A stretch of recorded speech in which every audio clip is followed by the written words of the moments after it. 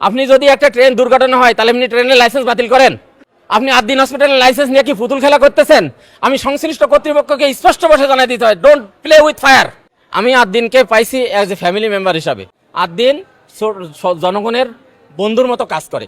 Ad-din hospital আমার মনে হয় একটা মানবিক প্রতিষ্ঠান। আদ্দিন হসপিটালে যারা লাইসেন্স বাতিল করেছে যে সমস্ত কর্তৃপক্ষ, তারা আনস্কিল পরিচয় দিছে। তারা যে দক্ষ এবং দেশের উন্নয়নে যে কাজ করতেছে আমার সেটা মনে হয় না। আমার মনে হয় তাদেরকে রিথিঙ্কিং করা উচিত এবং স্টাডি করা উচিত হোয়াট ইজ আদ্দিন। আদ্দিন জনগণের বন্ধুর মতো কাজ করে। আদ্দিন হসপিটাল আমার মনে হয় একটা মানবিক প্রতিষ্ঠান। আদ্দিন হসপিটাল আমি বিগত 25 বছর 20 বছর ধরে এই আদ্দিন হসপিটালের সাথে আমার ফ্যামিলি জড়িত। আমরা সবাই সেবা নিতে হলে যাত্রাবাড়ি থেকে রিক্সা নিয়ে এখানে চলে আসি। আমরা দুইটা বাচ্চা এখানে জন্মগ্রহণ করেছে। আমার স্ত্রী ডেঙ্গুতে আক্রান্ত, এখানে ভর্তি আছে। আমি আদ্দিনকে পাইছি অ্যাজ এ ফ্যামিলি মেম্বার হিসাবে। আদ্দিনের প্রতিটা স্টাফ, প্রতিটা নার্স, ডক্টর আমার মনে হয় যে আমার অব্যবস্থাপনার জন্য করছে, কিন্তু আমার প্রশ্ন হলো লাইসেন্সটা বাতিল করে হাজার হাজার লোকের চিকিৎসাটা বন্ধ করা উচিত হয় না। কারণ এখানে একটা সিজারিয়ান রোগী 10 থেকে 12,000 টাকার মধ্যে হয়, বাইরে গেলে মিনিমাম 20, 25, 30,000 টাকা লাগে। আর ছোটখাটো চিকিৎসাগুলো অনেক ফ্রি হয়। এখানে ফ্রি বেড আছে। আমার বাচ্চা এখানে, আমার 2-3টা বাচ্চা হয়েছে। কথাটা বুঝছেন? সবকিছু মিলে আমার মতে যেখানেই সমস্যাটা হয়েছে ওইখানেই সমাধানটা করলে হয়। পুরো হাসপাতালটা বন্ধ করে দিয়ে লক্ষ লক্ষ লোকের চিকিৎসা সেবাটা ব্যাহত করা আসলে উচিত হয় না।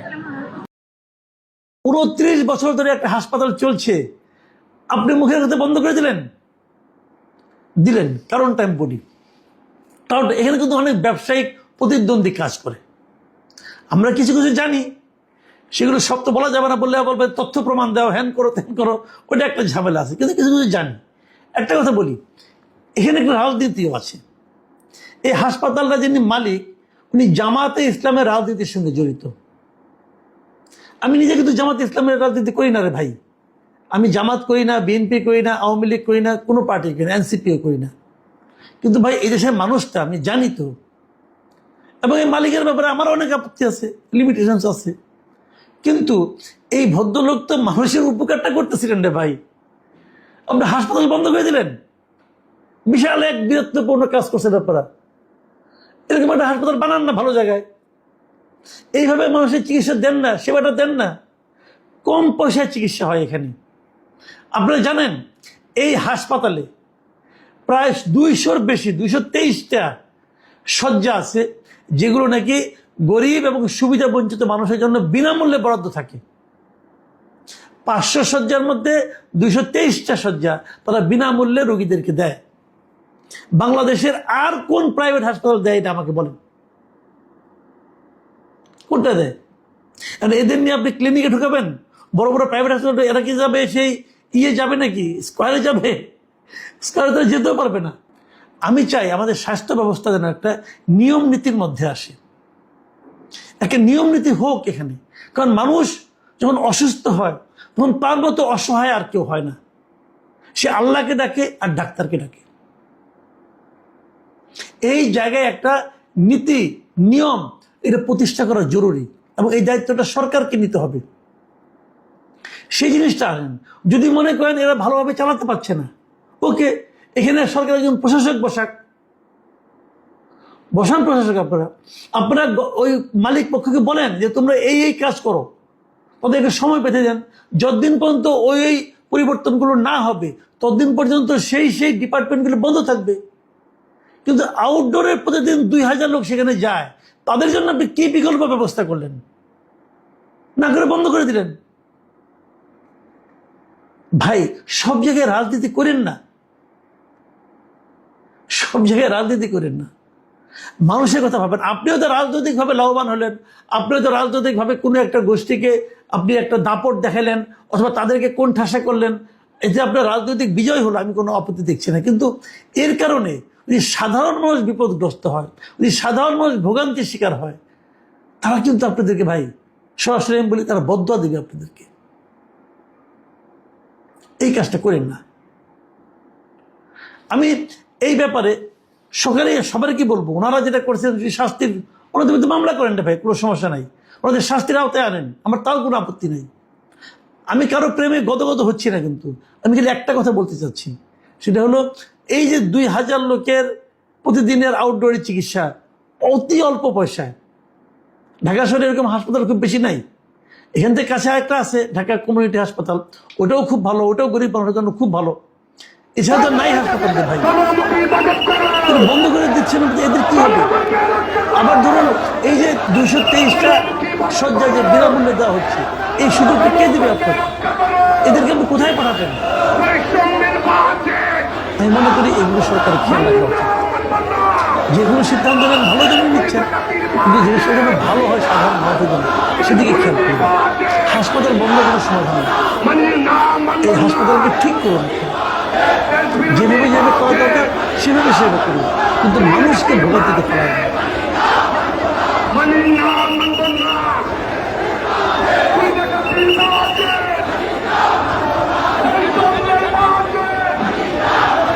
বাংলাদেশে এখন আর শেখ হাসিনা সরকার নাই, এটা বুঝতে হবে।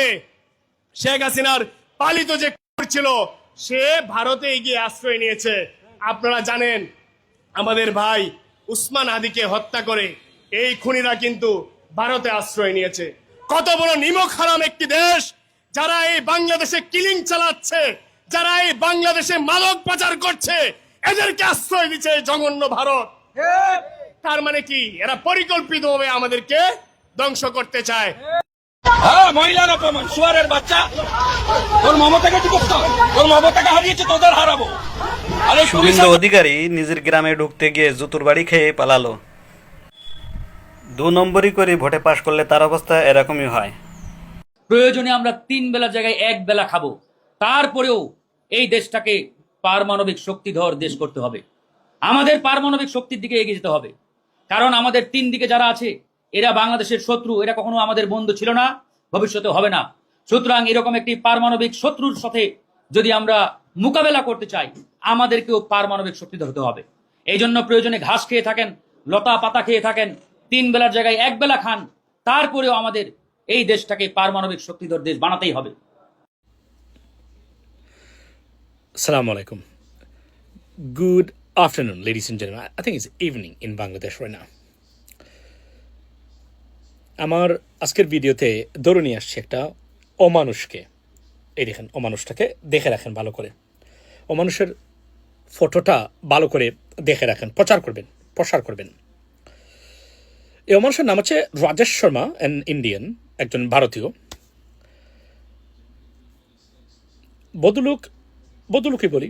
ভদ্রলোক কিছুদিন আগে একটা টুইট করেছিলেন।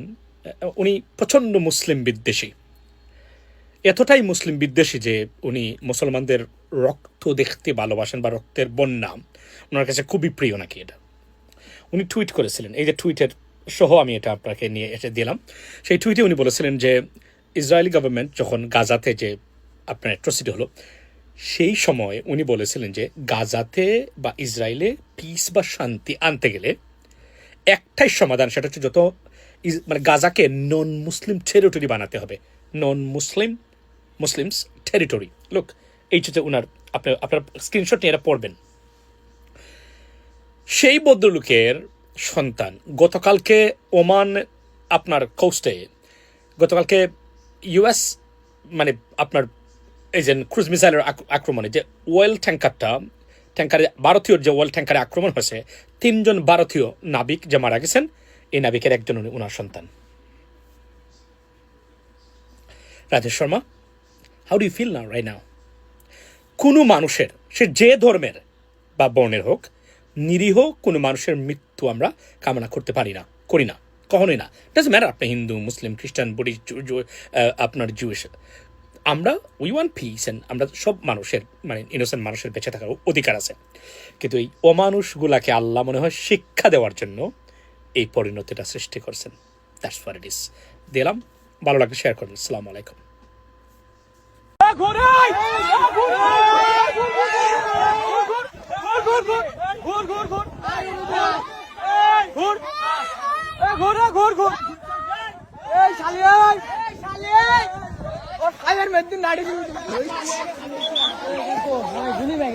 শিক্ষাক্রমে বাংলা ও ইংরেজির পাশাপাশি বাধ্যতামূলক 3য় ভাষা যেমন জাপানিজ, কোরিয়ান, ম্যান্ডারিন, আরবি, ফ্রেঞ্চ জার্মান ইত্যাদি কারিকুলামে অন্তর্ভুক্ত করা হবে। শিক্ষা প্রতিষ্ঠানগুলোতে নৃত্য, সঙ্গীত, চারুকলা ইত্যাদি ইত্যাদি অন্তর্ভুক্ত করা হবে। শতকরা মুসলমান 90% মুসলমানদের সন্তানদেরকে বাধ্য করে আপনি নাচ গান শিখাবেন, এটাই দেশের মুসলমান বরদাস্ত করবে না ইনশাআল্লাহ। উনি নির্বাচনের আগেও বলেছেন আমরা ক্ষমতায় গেলে শরিয়া বিরোধী, ইসলাম বিরোধী কোনো কিছু করব না। ইদানিং সংসদেও খুব সুন্দরভাবে বলেছেন উনি ইসলাম চিনে, এটা ইসলাম না, এটা ইসলাম না, এটা ইসলাম না। আবার মাঝে মাঝে বলেন মদিনার সনদে দেশ চালাবেন। আমি ওনাকে জিজ্ঞাসা করতে চাই, স্বরাষ্ট্রমন্ত্রী সাহেব আমাদেরকে বলুন, প্রকাশ্যে একটা মুসলিম রাষ্ট্রে, যেই রাষ্ট্রে ইতিপূর্বে ভর্তি বিরোধী আন্দোলনে শত শত মানুষ শাহাদাত বরণ করেছে, আহত হয়েছে, রক্ত দিয়েছে, এই দেশে মুসলমানদের দেশে প্রকাশ্যে মূর্তি বানানো কোন শরীয়তে আছে? প্রকাশ্যে মূর্তি বানানো এটাও তো ইসলাম বিরোধী কাজ। আপনার সরকার ক্ষমতায় থাকা অবস্থায় কিভাবে এত বড় মূর্তি হলো? আপনারা চুপচাপ বসে আছেন কেন? আপনার শিক্ষা প্রতিমন্ত্রী গতকাল ঘোষণা দিয়েছেন শিক্ষা প্রতিষ্ঠানগুলোতে নৃত্য, সঙ্গীত, চারুকলা ইত্যাদি ইত্যাদি অন্তর্ভুক্ত করা হবে। মাননীয় স্বরাষ্ট্রমন্ত্রী সাহেব, এটা কোন শরীয়তে আছে? শতকরা মুসলমান 90% মুসলমানদের সন্তানদেরকে বাধ্য করে আপনি নাচ গান শিখাবেন, এটাই দেশের মুসলমান বরদাস্ত করবে না ইনশাআল্লাহ। আজকের এই সমাবেশ থেকে জোর দাবি জানাতে চাই, অবিলম্বে এই মূর্তি 1 সপ্তাহের মধ্যে সরাতে হবে। নাচ গানের এবং ইসলামে স্কুলে, শিক্ষা প্রতিষ্ঠানে যত ধরনের নাচ গানের পরিকল্পনা রয়েছে তা বাতিল করতে হবে। সর্বশেষ বলতে চাই, 2 দিন পর পর সীমান্তে হত্যা করা হয়, পুশিন হয় বাংলাদেশে, এবং 2 দিন পর পর সেই সীমান্ত এলাকায় বাংলাদেশে যদি কারো বিচার করতে হয় তাহলে প্রথম ডক্টর মোহাম্মদ ইউনূসের বিচারটা করা উচিত। ডক্টর মোহাম্মদ ইউনূস 80% মানুষের ভালোবাসা নিয়ে সে ক্ষমতায় গিয়েছে। তারপরে আবার সে নিজেই বলছে যে আমাকে বসাইছে, ছাত্ররা বসাইছে। ছাত্রদের 10 হাত মাটির নিচে পুঁতে রেখে গেছে। তারপরে আবার সে গায়ে মানে না, ওই যে বলে না দেশের বাড়িতে নিজে মরল, কেউ সাধেনি। উনি নিজে নিজে সেই ওই আব্বাস মিয়ার মতো, মির্জা আব্বাস মিয়ায় যে মরছে ওসমান হাদি, গুলি খাইছে ওসমান হাদি, তড়িগড়ি করে একেবারে ইয়াতে দেখতে গেছে, এই হসপিটালে দেখতে গেছে। হ্যাঁ, ঘরে মন রাখতে পারে না, দেখতে গেছে কি মরবো না বাঁচবো, কতক্ষণে সে এমপি হবে। আর ডক্টর মোহাম্মদ ইউনূস সারা জীবনের জন্য, যতদিন বাঁচে ততদিনের জন্য প্রেসিডেন্ট হবে। এই জন্য একেবারে তাড়াহুড়া করে একেবারে লন্ডন গিয়ে কি করে চুক্তি মুক্তি করে আসছে। তারপরে দেখে ঠন ওই গোলাম মাওলা রনি সুন্দর করে বলতে পারে। গোলাম মাওলা রনি বলছিল যে তারেক রহমান ডক্টর মোহাম্মদ ইউনূসের হাঁটুর বয়সের, তার কাছে 2 ঘন্টা গেইটে, যমুনার গেইটে গিয়ে বসে থাকে তার সাথে দেখা করার জন্য। দেখা পরে করতে পারছে কিনা জানি না। এই হলো অবস্থা। এই লোকটা বাংলাদেশটাকে 5ই আগস্টের পরে এই পর্যন্ত যা কিছু হয়েছে শুধু এই লোকটার জন্য হয়েছে। আর আরেকটার জন্য হয়েছে, সেটার কথা আর বলবো কি, সেটার কথা আর বইলে কোনো লাভ নাই। সেটা তো বহাল তবিয়াতে